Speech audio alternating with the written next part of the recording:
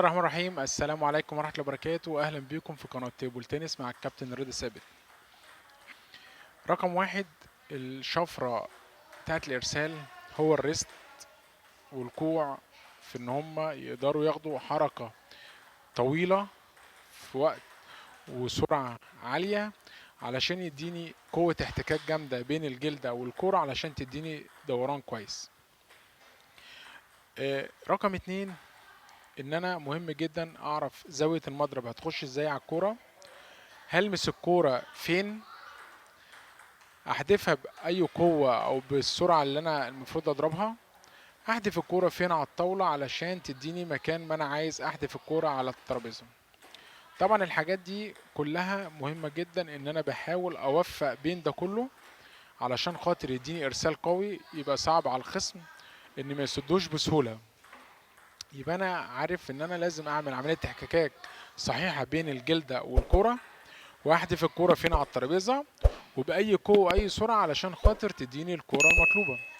يعني أنا دلوقتي هلعب سيرف مثلا، يعني على الكرة اللي هنا دي مثلا، هنحط الكرة هنا وأصعبها على نفسي وأحاول أنشل على الكرة وهي واقفة هنا. تمام، هي كده قريبة جدا من الشبكة، قريبة جدا. وأنا أول مرة أعمل التمرين ده، والله أول مرة أعمله.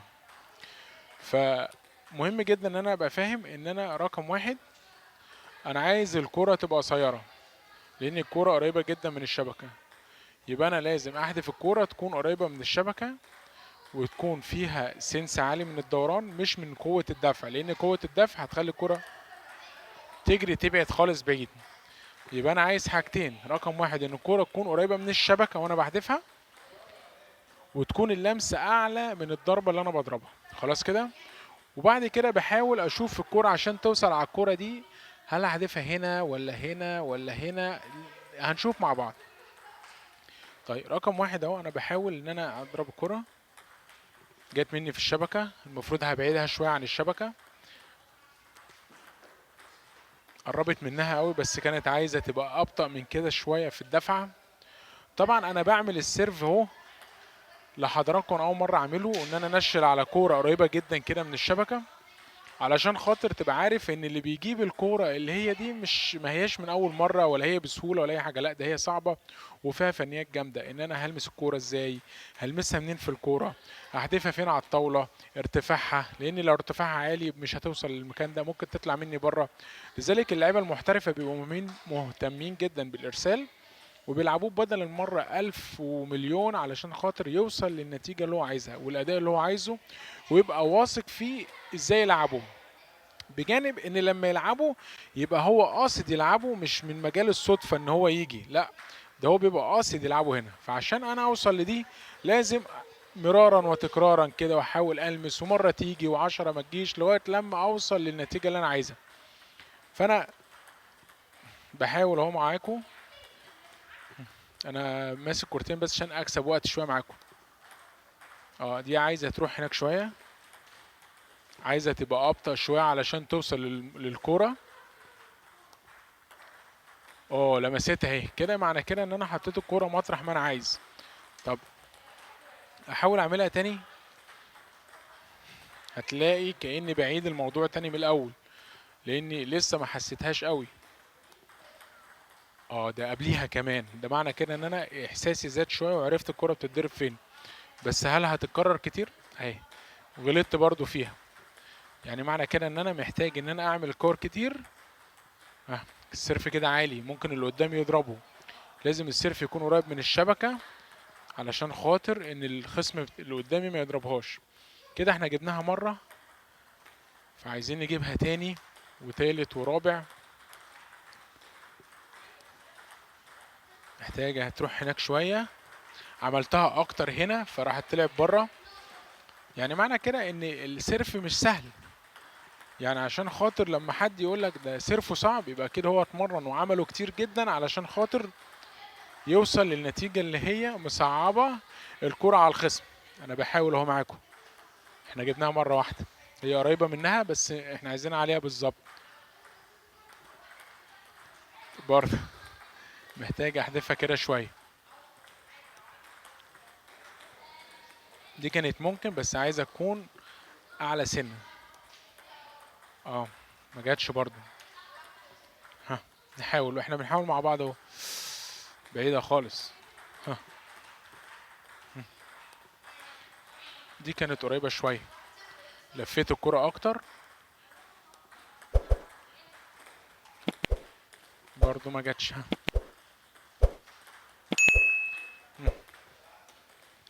طبعا هو احنا مصعبينها. طبعا انا ممكن ما اكونش هلعبها كده في الماتش، بس احنا بنقول ان اللاعب اللي بتلاقيه بيلعب سيرف مميز جدا اكيد اتمرن عليه كتير عشان يعمله بالاداء والطريقه والشكل اللي هو عايزه، ويبقى واثق فيه ان هي دي المكان اللي انا بقدر العب فيه الكوره.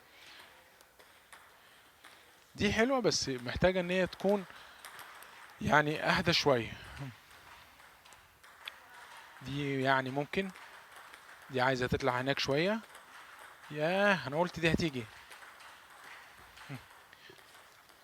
انا بحاول اهو، بحاول ان انا اتعلمه، بحاول ان انا المس الكوره. بس بقى في حاجه عند اللعيبه، ايه هي؟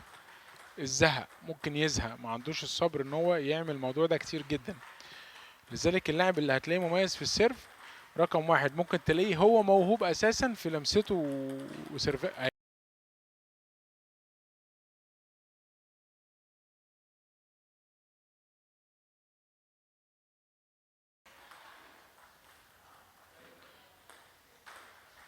موهوب هو في السيرفات، ف يعني بيلعبوا حلو، او تكرار السيرف علشان يتقنه ويبقى عارف هو بيلعبه ازاي. ادينا جبنا مرتين، بس شفنا جبنا مرتين في كام كرة؟ في كتير جدا. الكرة اللي انا بعملها دفعة ما بتجيش، هي عايزة لمسة من الكرة في مكان محدد عشان تيجي.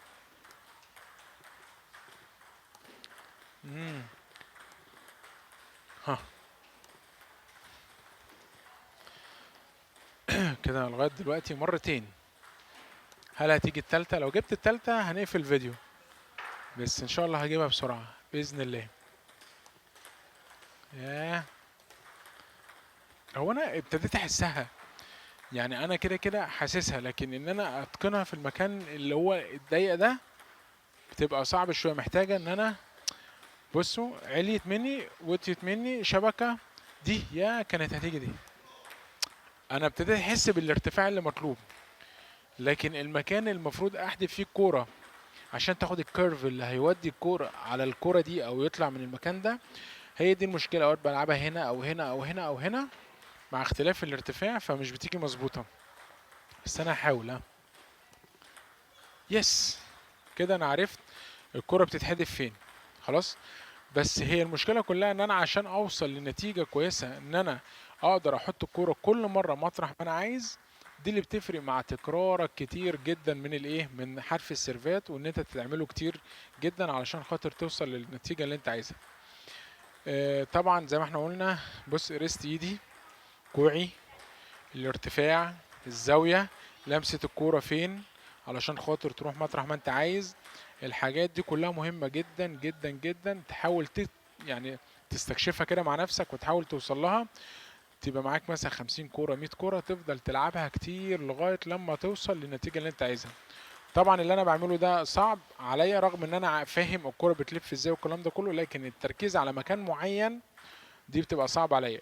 انت في البدايه احنا مش عايزين منك تركز على مكان معين، احنا بس عايزينك تعمل كده وتلف الكوره. بص تخلي الكوره تلف كده، تلف الكوره كده، تخلي الكوره تلف كده. بعد شويه بقى هتفكر ازاي تخلي الكوره تعدي الناحيه التانيه.